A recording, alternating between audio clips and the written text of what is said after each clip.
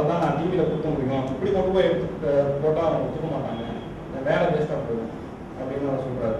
அதனால் பத்திரிகையாளர்கள் வந்து உங்களுக்கு செய்தி வேணும் அப்படின்றதுக்காக கண்மூடித்தனமாக ஏதாவது எழுதக்கூடாது.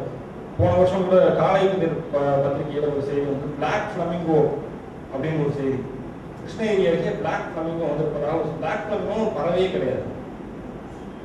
இல்லை இது மாதிரி, அதாவது நீங்கள் ஒன்று யாராவது ஒரு ரிப்போர்ட்டர்கிட்ட கேட்டுட்டு அதுக்கப்புறம் அதை பண்ணலாம், இதை பண்ணாமே கூட இருக்கலாம். இந்த மாதிரியான செய்திகளை எல்லாம் ஊடகங்கள் கொஞ்சம் கவனித்து சரியானபடி எழுதணும். ஏன்னா பத்திரிகையாளர்களுடைய உதவி இல்லாமல் காட்டுயிர்களை பாதுகாப்பது என்பது கொஞ்சம் கடினமான காரியம். இறுதியாக ஆறுகளை உருவாக்குவது அணைகள் கிடையாது. இன்றைய ஊடகங்கள் பெரும்பாலும் அணைகளை பற்றியே பேசிக் கொண்டிருக்கின்றன. ஆறுகள் எப்படி உருவாகின்றன என்பதை பற்றியெல்லாம் கவலை கிடையாது.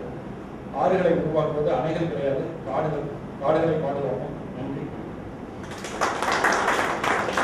நெய்தல் நிலத்தை பற்றி சிறந்த எழுத்துக்களை தமிழில், அதுவும் காத்துவமான எழுத்துக்களை தந்து கொண்டிருப்பவர் கவிதையா கான்ஸ்டன்ட். அவருடைய ஒரு நூல் ஒன்று சமீபத்தில் அந்நியப்படும் கடல் என்ற தலைப்பில் வந்திருக்கிறது.